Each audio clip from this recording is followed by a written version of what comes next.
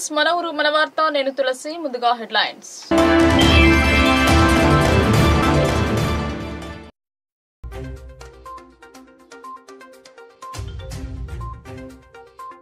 పట్టాలేని పసుపు board parliament ఎన్నికలలో బీజేపీకి ఓటమి తథ్యం రైతు పక్షాన కాంగ్రెస్ ప్రభుత్వం ఎమ్మెల్యే భూపతి రెడ్డి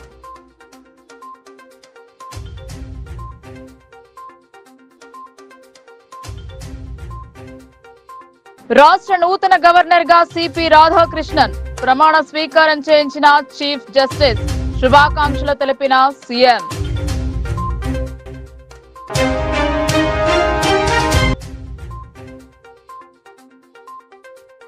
బీజేపీలో చేరిన తమిళసై గవర్నర్ పదవికి రాజీనామా ఆమోదించిన రాష్ట్రపతి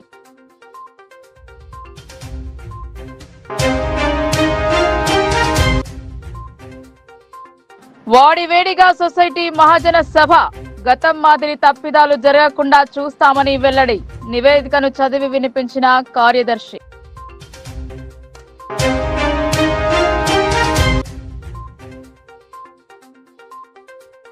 ఐసిడిఎస్ వారి ఆధ్వర్యంలో పోషణ పక్షోత్సవాలు సమతుల్య ఆహారం తీసుకొని ఆరోగ్యంగా ఉండాలి చిరుధాన్యాలపై అవగాహన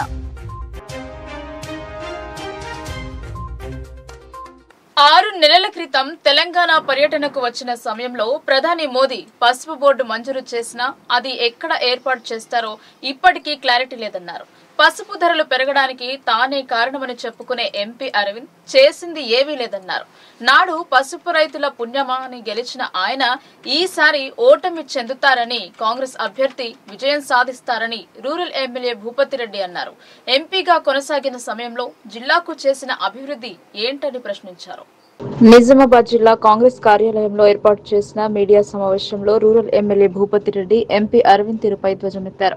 మాటలు తప్ప ఎలాంటి పనికి నోచుకోలేదని పేర్కొన్నారు. ప్రస్తుతం మార్కెట్లో పసుపు ధర లభించడంతో అది నేనే చేశానని చెబుతున్నారని విమర్శించారు. పసుపు బోర్డు నీ వల్లనే వస్తే నిజాం చక్కెర పరిశ్రమ కోసం పాదయాత్ర చేసి పోజులిచ్చిన వారు పరిశ్రమ పునరుద్ధరణ కోసం ఎందుకు ముందుకు రావడం లేదన్నారు. గతంలో గెలిచిన మాదిరి ఈసారి అలాగే గెలవాలని కంటున్న కలలు నిజం కావన్నారు. చక్కెర పరిశ్రమ కోసం కాంగ్రెస్ కృత నిశ్చయంతో ఉందని వాటిని పునఃప్రారంభం కోసం ప్రత్యేక కమిటీని వేయడం జరిగిందని పేర్కొన్నారు. అకాల వర్షాల వల్ల దెబ్బతిన్న పంటలకు నష్టపరిహారం అందిస్తామని చెప్పారు.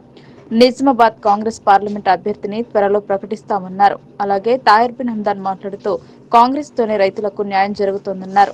గత ప్రభుత్వాలు రైతులను విస్మరించారని పేర్కొన్నారు. అందరం కలిసికట్టుగా ఉండి రైతుల శ్రేయస్సు కోసం పనిచేస్తామని చెప్పారు. ఈ మీడియా సమావేశంలో సాయిరెడ్డి, శేఖర్ గౌడ్, కాంగ్రెస్ పార్టీ నాయకులు, కార్యకర్తలు పాల్గొన్నారు.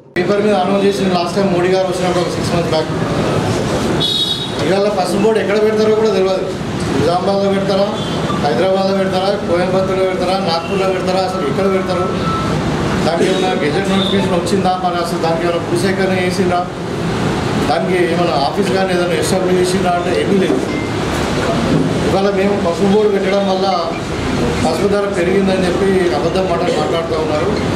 యాక్చువల్గా ఏముంటుందంటే ఇప్పుడు ఇది ఒకటి ఈ stock exchange of India SEBI ఉంటుంది. దాంట్లో national commodities and derivatives exchange అని ఒక వింగ్ ఉంటారు. అదేంటంటే ఈ డైలీ వేజెస్ బియ్యము, పప్పులు, నూనె, పసుపు, జీలకర్ర ఇవన్నీ కూడా డెరివేటివ్స్ అంటారు.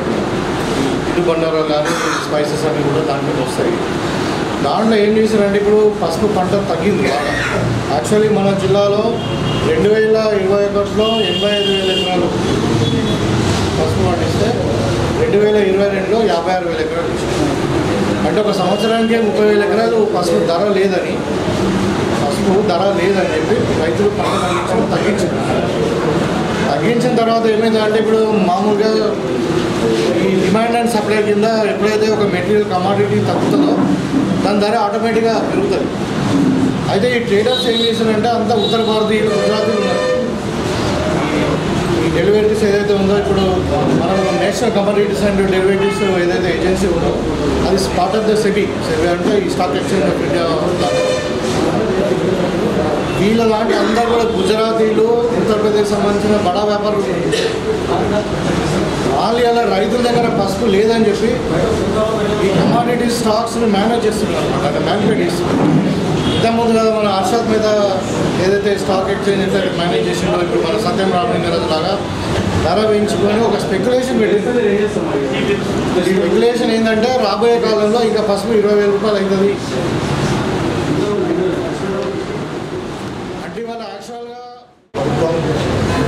దాంట్లో ఉన్నటువంటి పార్లమెంట్ సభ్యులు నిన్నటి వరకు 3 రోజుల పర్యటనలో ప్రధానమంత్రి గారు మాట్లాడినటువంటి అంశాలు అనేక అంశాలను గౌరవ శాసనసభ్యులు భూపతి రెడ్డి గారు మీ ద్వారా ఈ జిల్లాకు సంబంధించినటువంటి విషయాలు రైతాంగానికి ప్రజలకు తెలియజేయడానికి చెప్పినటువంటి అంశాలతో ఏకీభవిస్తూ ముఖ్యంగా ప్రధానమంత్రి గారు నిన్న మొన్న ఆంధ్ర తెలంగాణ ఉమ్మడి రాష్ట్రంలో అప్పటి ఆయన మాట్లాడినటువంటి మాటలను ఒకసారి మనం బేరీజు వేసుకుంటే వాస్తవానికి రైతాంగం పట్ల కానీ రైతుల పట్ల కానీ ఈ దేశంలో ఉన్నటువంటి రైతు ఉద్యమాల పట్ల కానీ ఒక్కసారి మీరందరూ ఎలక్ట్రానిక్ మీడియా వెనుకకు వెళ్ళి ఆలోచిస్తే రాష్ట్ర గవర్నర్ గా ఉన్న తమిళసై రాజీనామా చేయడంతో ఇన్ఛార్జ్ గవర్నర్ గా బాధ్యతలు చేపట్టారు. రాజ్ భవన్ లో జరిగిన గవర్నర్ బాధ్యతల కార్యక్రమంలో రాష్ట్ర ముఖ్యమంత్రి రేవంత్ రెడ్డి పాల్గొన్నారు.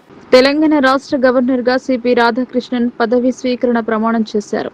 రాష్ట్ర హైకోర్టు ప్రధాన న్యాయమూర్తి అలోక రాధే నూతన గవర్నర్ తో ప్రమాణం చేయించారు.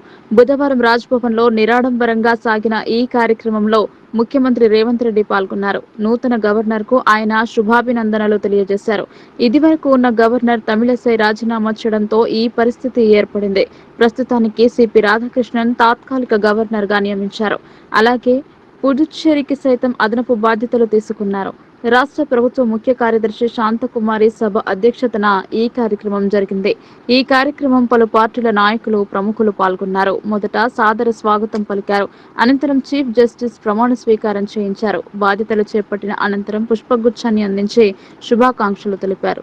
Kind permission of the Honorable Chief Justice, now I read out the warrant of appointment issued under the hand and seal of the President of India, appointing Sri C.P. Radhakrishnan to discharge the functions of the Governor of Telangana. By virtue of the power vested in me by Article 155, Article 160 and Clause 1 and Clause 2 of Article 239 of Constitution of India, I, Draupadi Murmu, President of India, hereby appoint Sri C.P. Radhakrishnan, Governor of Jharkhand, to discharge the functions of the Governor of Telangana and Lieutenant Governor of Puducherry with effect from the date he assumes the charge of his office. Given at Rashtrapati Bhavan, New Delhi, this 18th day of March in the year of 2024, 28th Falguna 1945 Sakha, in the 75th year of the Republic of India. Draupadi Murmu, President of India. Now I request the Honorable Chief Justice of High Court for the State of Telangana to administer the oath of office to the Honorable Governor.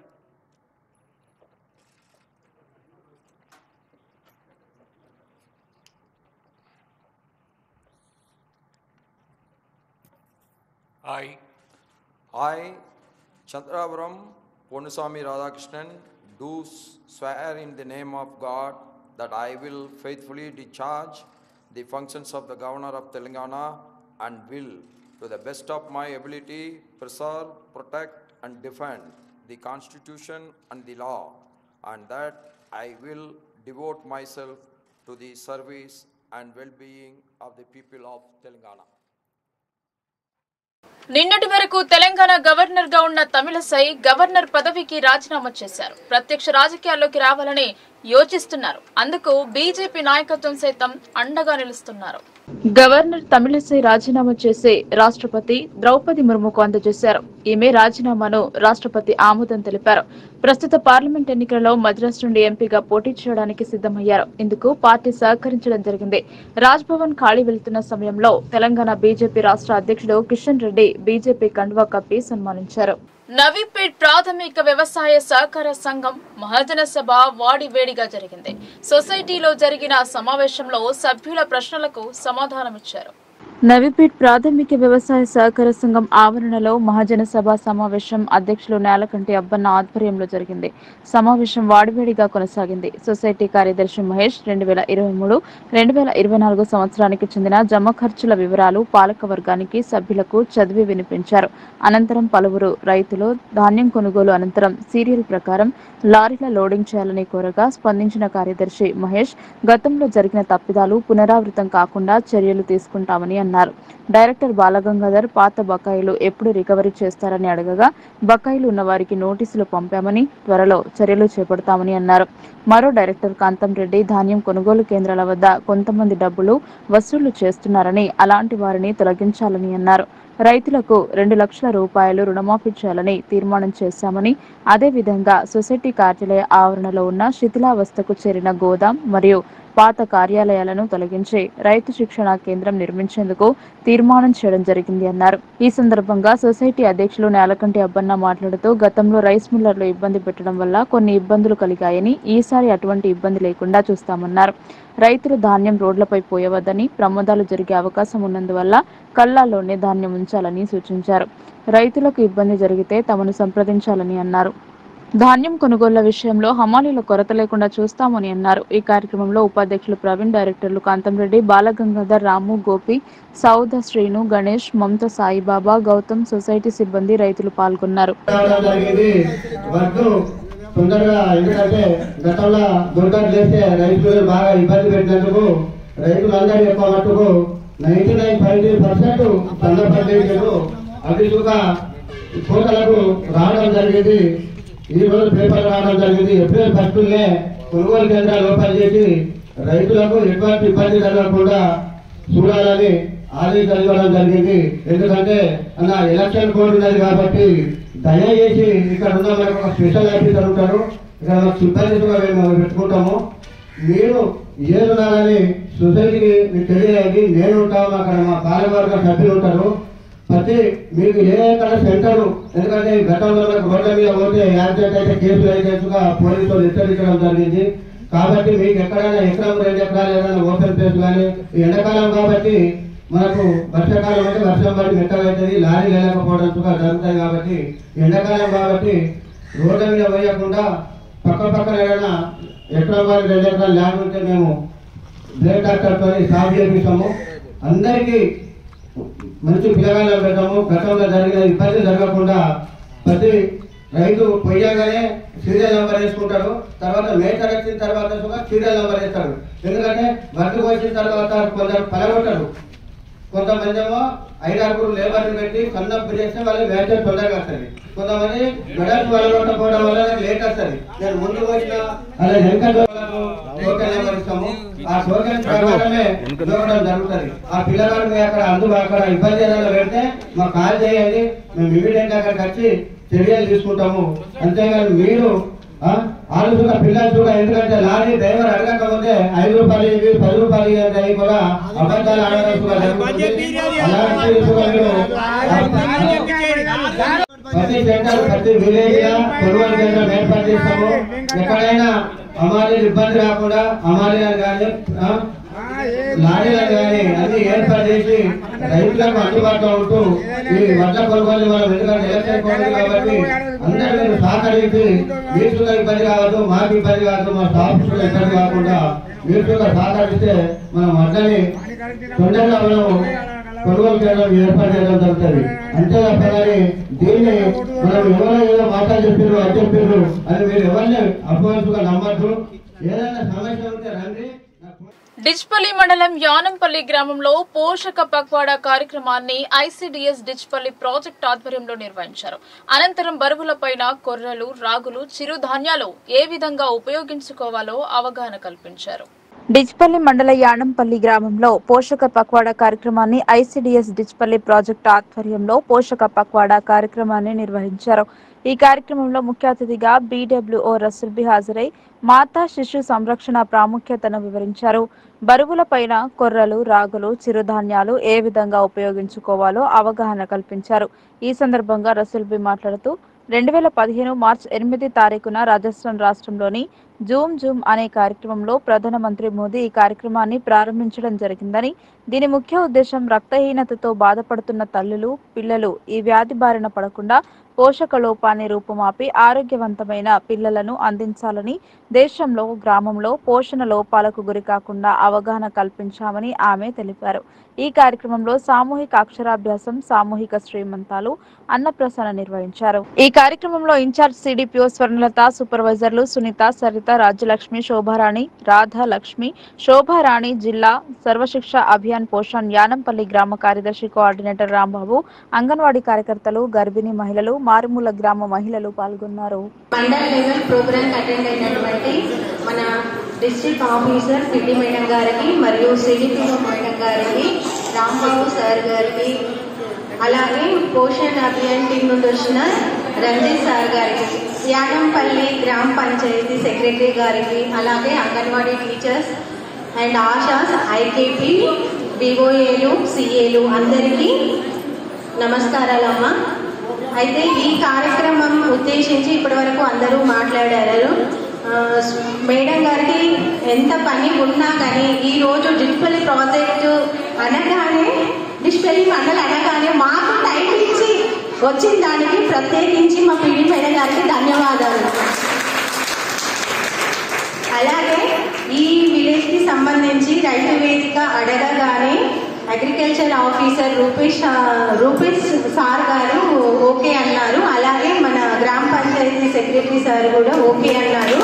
ఇంకొక విషయం, ఇక్కడ facilities కూడా current లేదు, bore లేదు, water facilities లేవు అని secretary గారికి చెప్పగానే పాపం మార్నింగ్ 8 o'clock అన్ని ఫెసిలిటీస్ కల్పించారు సార్. నుంచి 22వ తేదీ వరకు ఈ కార్యక్రమాలు నడుస్తున్నాయి. పోషణ్ పక్వాడ్ కార్యక్రమం అంటే ఇంతకాలము మనం ఎన్నో రీతిలుగా తెలియజేస్తున్నాం, చెప్తున్నాం. ఇదేంటంటే ప్రాక్టికల్గా వండించడం, ఆ ఇంట్లో మగవాళ్ళతో కూడా వండించి పిల్లల అవసరాలు ఏంటి, ఎట్లయితే తింటారు అని దీని పట్ల ఇంటి వాళ్ళకు కూడా తెలియజేస్తే వాళ్ళకి పిల్లల పట్ల శ్రద్ధ, ప్రేమ, ఆప్యాయత, కుటుంబంలో ఐక్యత పెరగడానికి ఒక అవకాశం ఉంటుంది.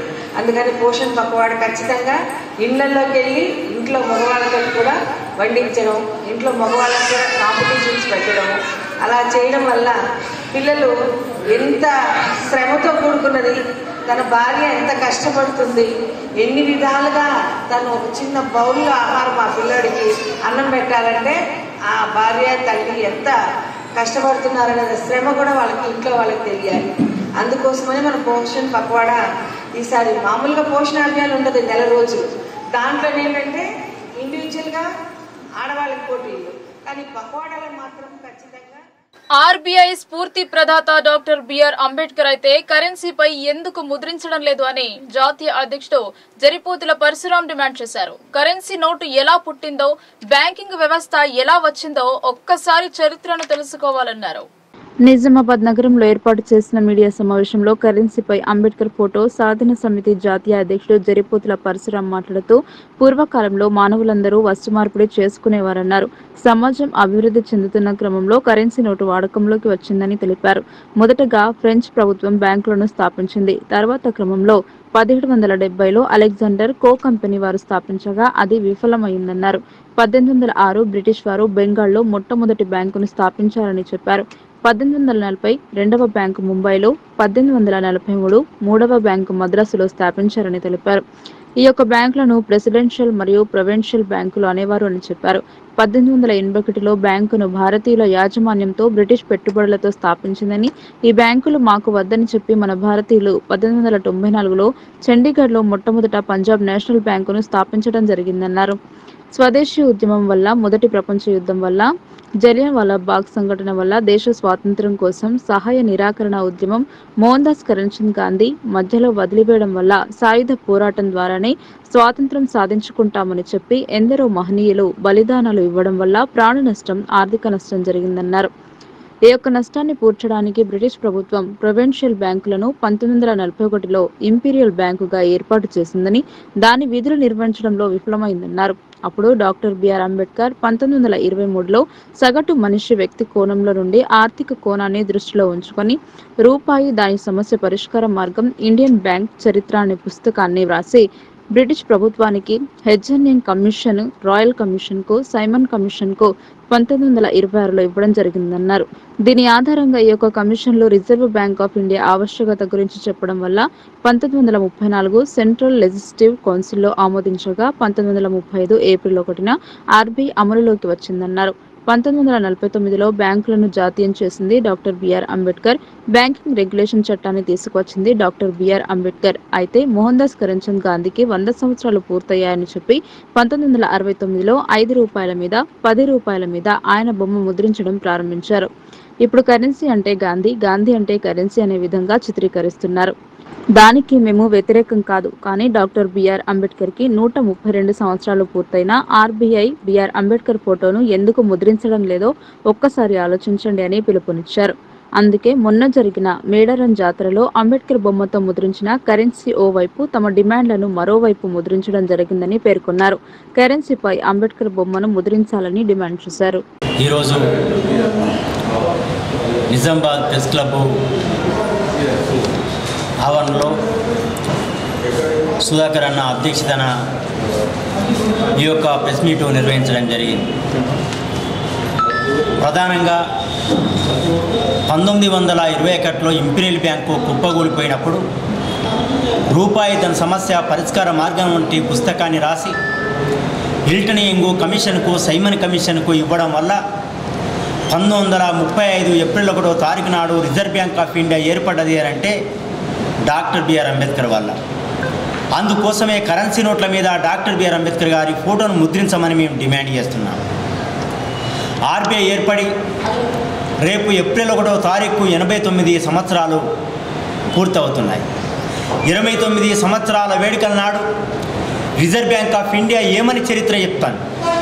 అందుకోసం మేము అంటున్నాం, ఎవరైతే చరిత్ర నిర్మిస్తారో వారి యొక్క చరిత్రను రిజర్వ్ బ్యాంక్ ఆఫ్ ఇండియా, కేంద్ర రాష్ట్ర ప్రభుత్వాలు, బ్యాంకింగ్ వ్యవస్థ విస్మరిస్తున్నాయి. అందుకోసమే కరెన్సీ నోట్లపై డాక్టర్ బిఆర్ అంబేద్కర్ గారి ఫోటోను ముద్రించాలని మేము డిమాండ్ చేస్తున్నాం.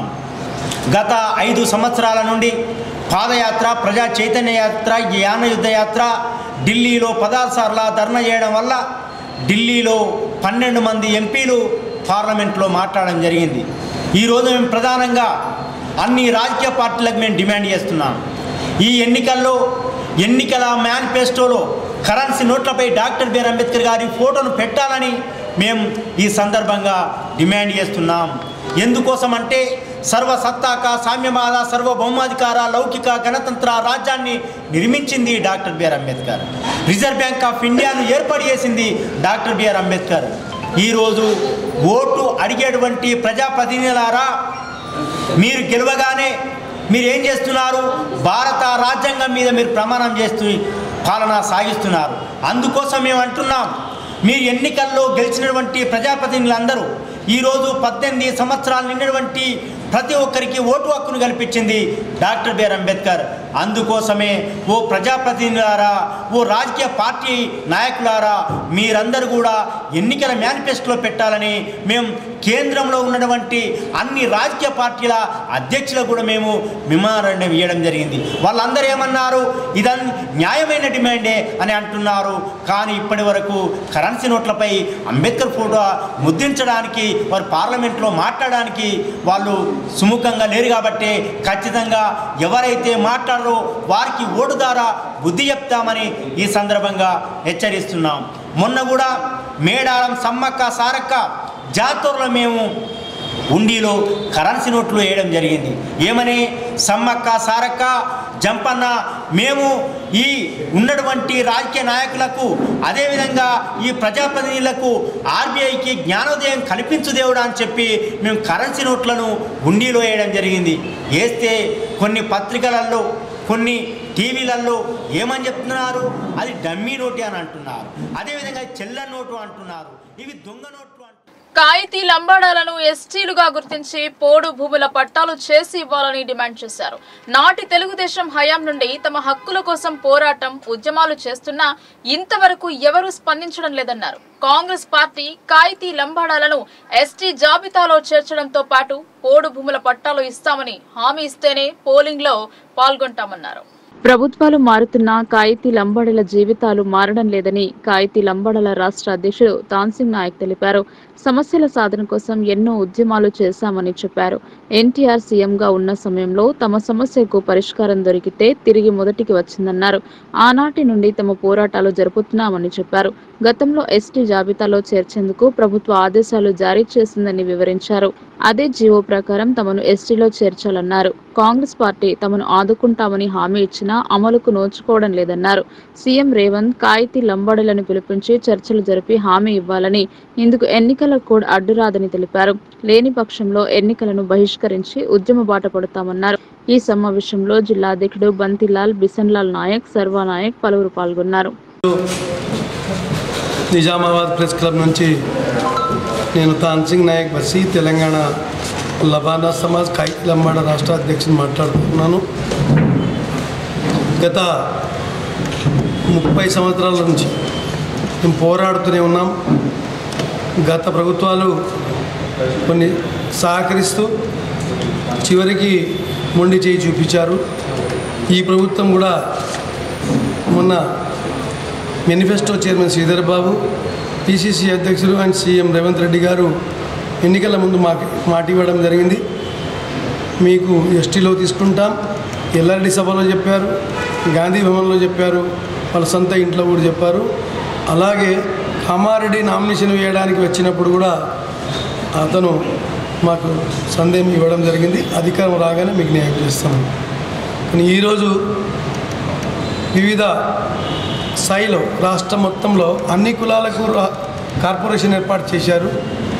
మాకు మొండి చేయి చూపించారు. నేను ఒకటే సూటిగా అడుగుతా ఉన్నాను, ముఖ్యమంత్రి వర్య, మీరు చకాచకంగా అన్ని ఆర్డినెన్స్ జారీ చేస్తూ ఉన్నారు. మరి మాపై ఎటువంటి ప్రేమ అనేది మాకు బయటపడుతుంది. మీరు స్థానిక నాయకులు నిజామాబాద్ కానీ ఆదిలాబాద్ కానీ ఉమ్మడి జిల్లాలో మా ఎమ్మెల్యేలు ఎక్కడైతే ఉన్నారో వాళ్ళు అధికార పక్షానికి చెందిన అనధికార పక్షానికి చెందిన కూడా మా సమస్య జటిలంగా ఉంది. ఇప్పుడు ముగ్గురు ముఖ్యమంత్రిని చూస్తూ ఉన్నాం. మేము రాజశేఖర్ సాబ్ గారు మాట ఇచ్చారు, ఆయన ఒక స్థాయికి తీసుకొచ్చి పరమపదించారు. తర్వాత కేసీఆర్ గారు మాట ఇచ్చారు, కమిషన్ ఏర్పాటు చేసి కేంద్రానికి బిల్లు పంపడం జరిగింది. తదుపరి అయినా అన్ని రకాలుగా బోర్డు ఏర్పాటు చేద్దాం, మీకు పోడు భూములు ఇస్తాం, సమస్య పరిష్కారం చేస్తాం, క్యాస్ట్ సర్టిఫికేట్ ఇచ్చి వాళ్ళతో 10% ఇంక్లూడింగ్ అంటే ఎస్టీ మాకు కలిపి 10%, వాల్మీకి పోయా కలిపి 10% అమలు చేస్తామన్నారు. ఆయన చేయలేదు. తదనంతరం మేమేందంటే ఈ రాష్ట్రంలో గత సెప్టెంబర్ నెలలో, అక్టోబర్ నెలలో, అలాగే జూన్ జూలైలో ఈ జీవకాపీ కూడా తీసుకుంటాం. లబాన్ లంబాడ కాయితీ లంబాడ ఉమ్మడి నిజామాబాద్ జిల్లా అధ్యక్షుని. నా పేరు మంజా బంతిలాల్ నాయక్. మా ఈరోజు డిమాండ్ ఏంటంటే తెలంగాణ రాష్ట్రంలోని పాత నిజామాబాద్ జిల్లా, పాత ఆదిలాబాద్ జిల్లాలో మరియు సంగారెడ్డి దగ్గర 4-5 తాండాలు ఉన్నాయి. మేము మొత్తం కలిసి 2 లక్షల వరకు సుమారు జనాభా ఉంటాం. మేము ఎన్టీఆర్ ప్రభుత్వం 86 వరకు మేము ఎస్టీలోనే కొనసాగాము. ఆ 86లో మమ్మల్ని మీరు ఎస్టీలు కాదు అని అన్యాయంగా మమ్మల్ని హాస్టళ్ళ నుండి కానీ అనేక సంస్థల నుండి మాకు బయట గెంటేయడం జరిగింది. ఆ రోజు నుంచి ఇప్పటి వరకు కూడా మేము అనేక ఉద్యమాలు చేస్తున్నాము. ఆ రోజు 86 అప్పుడు మా వాళ్ళు ఎవరు చదువుకున్న వాళ్ళు లేరు, ఆర్థిక పరిస్థితుల్లో ఉన్న వాళ్ళు లేరు. మేము గుట్టల్లో కోనల్లో గోవులను మేపుకుంటూ తిరిగే వాళ్ళము. కాబట్టి ఆ రోజు మేము ప్రశ్నించే స్థాయిలో లేము. కాబట్టి మాకు ఆ విధంగా కూడా అన్యాయం జరిగింది. కానీ ఇటు అన్యాయాన్ని మేము గత 20 సంవత్సరాలు 30 సంవత్సరాల నుండి కూడా ప్రభుత్వం దృష్టికి తీసుకొని వస్తూనే ఉన్నాం. కానీ ఎప్పుడు కూడా ఏ ప్రభుత్వం కూడా మా పైన దయతలచకుండా కాలయాపన చేసి మమ్మల్ని ఎస్టీ జాబితాలో ఇప్పటి వరకు కూడా కొనసాగింపలేదు. కాబట్టి ఇప్పుడు కొత్తగా ప్రభుత్వం ఏర్పడింది. మన కాంగ్రెస్ ప్రభుత్వంలో శీతాకాలం నుండి వేసవి కాలంలోకి మారడంతో పశువులు అనారోగ్య బారిన పడకుండా ఉండేందుకు జాగ్రత్తలు తీసుకుంటున్నారు. గాలికుంటూ టీకాలు వేసి పశు రైతులలో అవగాహన కల్పిస్తున్నారు. నిజామాబాద్ జిల్లా సిరికొండ మండలం చిన్నవాల్గొడ్ గ్రామంలో బుధవారం పశు వైద్యాధికారి బాబురావు ఆధ్వర్యంలో గాలికుంటి వ్యాధి టీకాలు వేయడం జరిగింది. ఈ సందర్భంగా మండల పశు వైద్యాధికారి బాబురావు మాట్లాడుతూ గాలికుంటి వ్యాధి ఒక పశువు నుండి మరొక పశువుకు సోకకుండా ఉండేందుకు ముందస్తు జాగ్రత్తగా టీకా వేయడం జరుగుతుందన్నారు. కలుషితమైన నీరు, గడ్డి ద్వారా కూడా ఈ వ్యాధి సంక్రమిస్తోందని ఆయన తెలిపారు. దీని నివారణ కోసం ముందస్తు జాగ్రత్తగా గాలికుంటు టీకాలు వేయడం జరుగుతుందని చెప్పారు. ఈ కార్యక్రమంలో మండల పశు వైద్యాధికారి బాబురావుతో పాటు సెక్రటరీ శరణ్య, కారుబర్ సాయి, ప్యాట్ల నవీన్, అసిస్టెంట్ శ్రీనివాస్, సతీష్, రంజిత్ ఉన్నారు. అందరికీ నమస్కారం. మా పేరు డాక్టర్ కె బాబురావు, మండల్ పశు వైద్యాధికారి శ్రీకొండ. తేదీ 15 మార్చ్ 2024 నుంచి 14 ఏప్రిల్ 2024 వరకే మన ప్రభుత్వం నుంచి గాలికుంటు వ్యాధి టీకాలు ఉచితంగా పంపిణీ జరిగింది. మేము మండల 2 టీంలు ఫామ్ చేసి ఒకటే ఊర్లో డైలీ టీకా వేయడానికి వస్తున్నాం. ఈ గాలికుంటు వ్యాధి యాంటీవ్యాధి అన్నమాట. ఈ మన గడ్డి నుంచి, వాటర్ నుంచి ఒకటే పశువు నుంచి ఒకటే పశువుల అదే వస్తాయి. కాబట్టి మేము ముందు జాగ్రత్త, రోగం రాకుండా ముందు అదే వాళ్ళకి అన్ని ఊర్ల మేము డైలీ పొద్దున వెళ్ళి బిఫోర్ వాళ్ళకి ఊరు పంచాయత్ సెక్రటరీ గారి కానీ కారోబారి కానీ ఇన్ఫర్మేషన్ ఇస్తున్నాం. వాళ్ళు మైక్లా అనౌన్స్ చేస్తే మేము మార్నింగ్ 2 టీంలు వెళ్ళి టీకా ఇస్తున్నాం. కానీ దయచేసి మన ప్రజలకి అదే దీనికి సదుపయోగం చేసుకోవాలని కోరుతున్నాం. ఈరోజు చిన్న వాల్గొట్ విలేజ్లో అన్ని ఆరోగ్యంగా ఉండాలంటే పౌష్టిక ఆహారం తీసుకోవాలని సూచించారు. ఆకుకూరలు ఎక్కువ తీసుకోవడం వల్ల శరీరంలో రోగ నిరోధక శక్తి పెరుగుతుందన్నారు. అలాగే గర్భవతులు, బాలింతలు మంచి పోషక ఆహారాన్ని తీసుకోవాలన్నారు. పోషక మాసంలో భాగంగా భీమ్గల్ మండల కేంద్రంలో ఐకేపీ ఆధ్వర్యంలో పోషక పక్షోత్సవాలను నిర్వహించారు.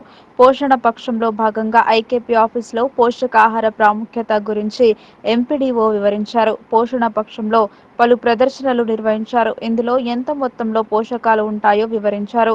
స్టంటింగ్, వెస్టింగ్ లో బర్త్డే, బరువు, ఎనిమియా గురించి అవగాహన కల్పించారు. CDPO Swarnalatha, MPDO Santosh Kumar, IKP APM Ravinder, health సూపర్వైజర్లు, ఐసిడిఎస్ సూపర్వైజర్లు టి రమాదేవి, శారద, అంగన్వాడీ టీచర్లు, ఆశాలు, ఏఎన్ఎంలు, గర్భిణీలు, బాలింతలు పాల్గొన్నారు. ఈ కార్యక్రమంలో భాగంగా సామూహిక శ్రీమంతాలు నిర్వహించారు. అటు తర్వాత వెల్ బేబీ షో నిర్వహించి బహుమతులు అందజేశారు. సమతుల్యమైన ఆహారంతో పాటు చిరుధాన్యాలను తీసుకోవాలని సూచించారు. కార్యక్రమాన్ని నిర్వహించడం జరిగింది. మనము ప్రతి సంవత్సరం కూడా మార్చి నెలలో పోషణ పక్షం అని 15 రోజుల పాటు పోషకాహారం పైన అవగాహన కార్యక్రమాలను నిర్వహించడం జరుగుతున్నది. ఆ అవగాహన కార్యక్రమాలలో గర్భిణులకు, బాలింతలకు, అట్లాగే 6 సంవత్సరాలలోపు పిల్లలు గల తల్లులకు, వారి కుటుంబ సభ్యులకి మంచి పౌష్టికాహారం తీసుకోవాలని మనం అవగాహన కల్పిస్తున్నాము. అయితే ఇది మొదటిసారిగా 2018 సంవత్సరం మార్చి 8వ తేదీన ఈ పోషణ అభియాన్లో భాగంగా పోషణ పక్షం, పోషణ మాసం అనే కార్యక్రమాలను తీసుకొని రావడం జరిగింది. ఇందులో ముఖ్యంగా మనకు 5 సూచికలు ఉన్నాయి.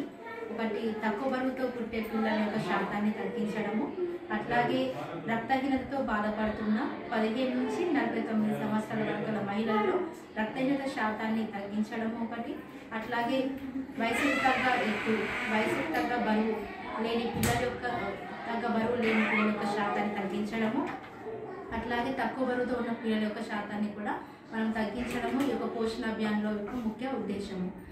అందుకు అనుగుణంగా మేము ప్రతి సంవత్సరం కూడా మార్చి నెలలో పోషణ పక్షం కార్యక్రమం నిర్వహిస్తూ అంగన్వాడీ స్థాయిలో, అట్లా గ్రామ స్థాయిలో, మండల స్థాయిలో, ప్రాజెక్ట్ స్థాయిలో కూడా మేము అవగాహన కల్పిస్తున్నాము. గర్భిణీ స్త్రీ రక్తహీనతతో బాధపడుతున్నట్లయితే తనకు ప్రసవ సమయంలో చాలా ఇబ్బంది ఎదురవుతుంది. అట్లాగే పుట్టే పిల్లలు కూడా తక్కువ బరువుతో పుడతారు. అది పిల్లవాడి భవిష్యత్తు కూడా చాలా ప్రమాదకరంగా మారుతుంది తర్వాత. కాబట్టి తను గర్భిణిగా ఉన్నప్పుడే మంచి ఆహారం తీసుకున్నట్లయితే మంచి ఆరోగ్యవంతమైన శిశువుకు జన్మనిస్తుందని, అట్లాగే ప్రసవం తర్వాత ఎటువంటి ఆహారం తీసుకోవాలి, బాలింతగా ఉన్నప్పుడు ఎటువంటి ఆహారం తీసుకుంటే పాలు సమృద్ధిగా బిడ్డకి వస్తాయి, తను ఏ విధంగా ఆరోగ్యంగా ఉంటుంది అనేది కూడా మేము ఈ అవగాహన కార్యక్రమాల్లో తెలియజేస్తున్నాము. అట్లాగే 7 నెలల తర్వాత పిల్లలకి మన బాలామృతం ద్వారా మన అంగన్వాడీ సెంటర్ల ద్వారా బాలామృతాన్ని అందిస్తున్నాము. అది కూడా మన అంగన్వాడీ సెంటర్ నుంచి ఇచ్చే సేవలు కూడా ప్రతి ఒక్క లబ్ధిదారులు వినియోగించుకోవాలి. అట్లాగే మన అంగన్వాడీ కేంద్రాల ద్వారా పూర్వ ప్రాథమిక విద్యను కూడా అందించడం జరుగుతుంది. దాన్ని కూడా అందరూ కూడా అంగన్వాడీ సిబ్బంది, టీచర్స్ కానీ ఇంకా ఆయాలు కావచ్చు, అదేవిధంగా హెల్త్ సిబ్బంది, తర్వాత మన గర్భిణులు, బాలింతలు, పిల్లలు, అదేవిధంగా వారి భర్తలు కూడా వచ్చిందని చెప్పాను. అత్త, మామ, భర్తలు వచ్చిందని చెప్పాను. తర్వాత మా పత్రికా మిత్రులు, ఎందుకంటే మనం ఎంత ప్రోగ్రాం చేసినా సమాజానికి తెలియజేసే పత్రికా సోదరులందరికీ పేరు పేరు నమస్కారం. నిజంగా చెప్పాలంటే గంట స్పీచ్ చేయాలని మీ అలా జరగలేదు. ఆ గంట స్పీచ్ చేయాలని వాస్తవం చెప్పాలంటే ఇంతకుముందు రమాదేవి గారు చెప్పినట్టు అన్ని డిపార్ట్మెంట్లకు వెళ్ళి అన్నిటికన్నా ముఖ్యమైన డిపార్ట్మెంట్ ఐసీడీఎస్ డిపార్ట్మెంట్. ఎందుకు ఇంపార్టెంట్ అంటే తల్లి బిడ్డ సంరక్షణ. ఇది ఒక్కల సంరక్షణ కాదు, తల్లి బిడ్డ, మొగడ ఆడో తలపుంది, తల్లి బిడ్డ సంరక్షణ. ఒక మంచి సమాజం, ఒక బిడ్డ మంచిగా ఉంటేనే పాఠశాలకు వెళ్తారు, అది మన సెకండ్ స్టేజ్కి వస్తుంది. ఒక తల్లి మంచిగా ఉంటే ఆ కుటుంబం మంచిగా ఉంటుంది, అవునా కదా? కాబట్టి అందుకోసమే తల్లి బిడ్డ సంరక్షణ, వాళ్ళు మంచి ఆరోగ్యంగా ఉండడానికి మనకు ఈ ఐసీడీఎస్ ఆధ్వర్యంలో మనం చేస్తున్నాం. మీ అందరికీ చాలామంది కొంతమంది అనుకుంటారు గ్రామాలలో, ఏంటి అసలు మాకు తెలియదా పోషణం అంటే ఏంటి, మాకేం తెలియదా అని అనుకునే వాళ్ళు ఎక్కువ ఉంటారు. ఇది మన దేశంలో కానీ మన రాష్ట్రంలో కానీ ఇక్కడ ఎందుకు ఎక్కువ మనం చెప్పుకుంటామంటే పాతకాలం మనుషులు, మన ఊళ్ళలో చూస్తుంటాం పాతకాలం మనుషులు ఇప్పటికి కూడా కళ్ళద్దాలు లేకుండా కనిపిస్తారు మనకు. బీడీ కార్మిక వర్గానికి సంబంధించిన కూలీ రేట్లు ఒప్పంద కాల పరిమితి 31 మార్చి 2024కి ఒప్పందం ముగుస్తోందని ఐఎఫ్టీయూ పేర్కొంది. నూతన వేతన ఒప్పందం ప్రకారం కూలీలు చెల్లించాలని కోరారు. సమస్యలతో కూడిన వినతి పత్రాన్ని అసిస్టెంట్ కార్మిక శాఖ అధికారికి అందజేశారు. తెలంగాణలోని నిజామాబాద్, కరీంనగర్, మెదక్, ఆదిలాబాద్, వరంగల్ జిల్లాలోని బీడీ పరిశ్రమలో పనిచేయు బీడీ కార్మికులు, ప్యాకర్లు, నెలసరి ఉద్యోగులు బీడీ కార్మిక వర్గానికి సంబంధించిన వారు ఉన్నారన్నారు.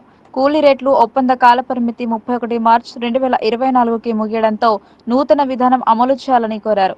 రోజు రోజుకు పెరుగుతున్న ధరలు విపరీతంగా పెరగడంతో 1000 బీడీలకు కనీస వేతనం ₹114.60 ఉన్నవని, అన్ని కలుపుకొని 245.8 చెల్లిస్తున్నారని, ఇది ఏమాత్రం సరిపోదన్నారు.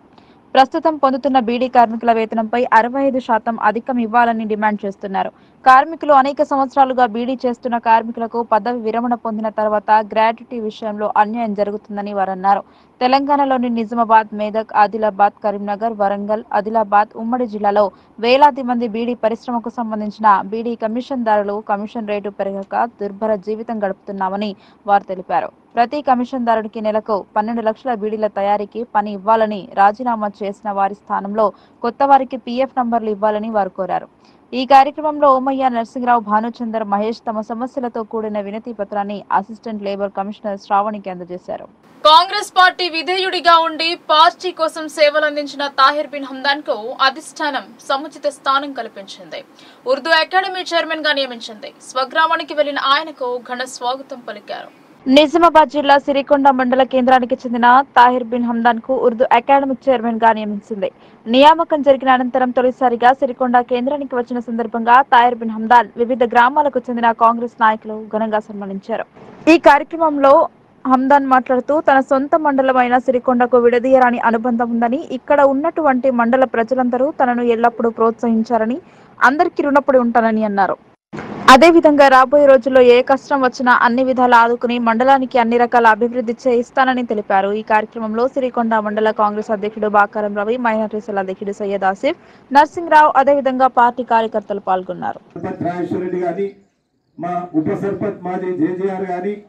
అదేవిధంగా రాజేందర్ గౌడ్ గారు కానీ రాజకీయాల్లో మొదటి నుండి మేమంతా కలిసికట్టుగా అడుగులో అడుగు వేస్తూ పెద్దలు సంతోష్ రెడ్డి గారి నాయకత్వాన ఈ ప్రాంతంలో అనేక సంవత్సరాలు పార్టీలో పనిచేస్తూ మధ్యలో తెలంగాణ ఉద్యమం వచ్చినప్పుడు తెలంగాణ సాధనలో మన వంతు బాధ్యతగా తెలంగాణను సాధిద్దామనేటువంటి ఉద్దేశంతో టిఆర్ఎస్ పార్టీ ఆవిర్భావంలో అందులో మా నాయకుడు పోయినప్పుడు సంతోష్ రెడ్డి గారితో పాటు మేము కూడా అక్కడికి వెళ్ళడం జరిగింది.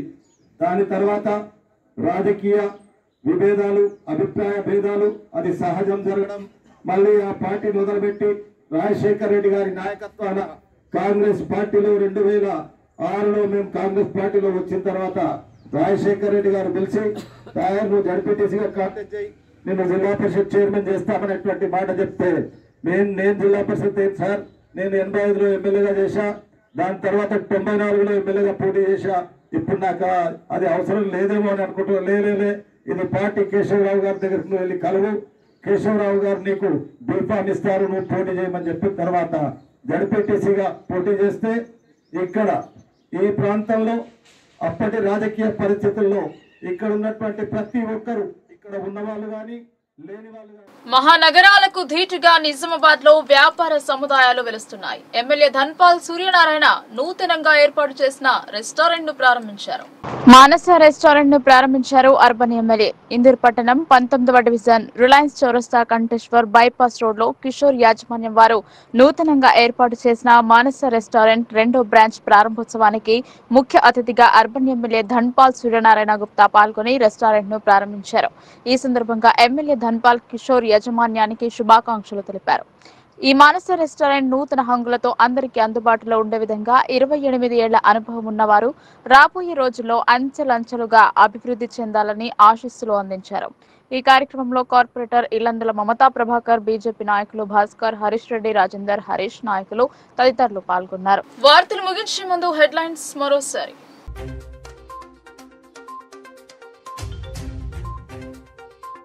పట్టాలేని పసుపు బోర్డు, పార్లమెంట్ ఎన్నికలలో బీజేపీకి ఓటమి తథ్యం, రైతు పక్షాన కాంగ్రెస్ ప్రభుత్వం, ఎమ్మెల్యే భూపతి రెడ్డి.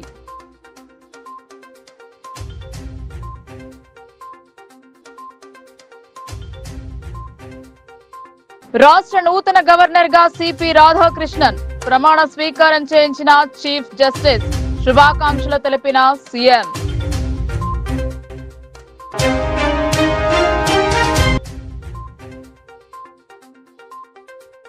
బీజేపీలో చేరిన తమిళసై గవర్నర్ పదవికి రాజీనామా, ఆమోదించిన రాష్ట్రపతి.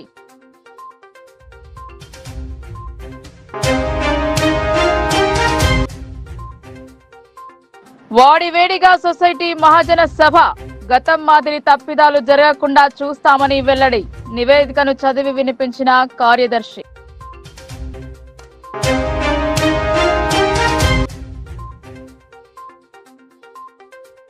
ఐసిడిఎస్ వారి ఆధ్వర్యంలో పోషణ పక్షోత్సవాలు, సమతుల్య ఆహారం తీసుకొని ఆరోగ్యంగా ఉండాలి, చిరుధాన్యాలపై అవగాహన.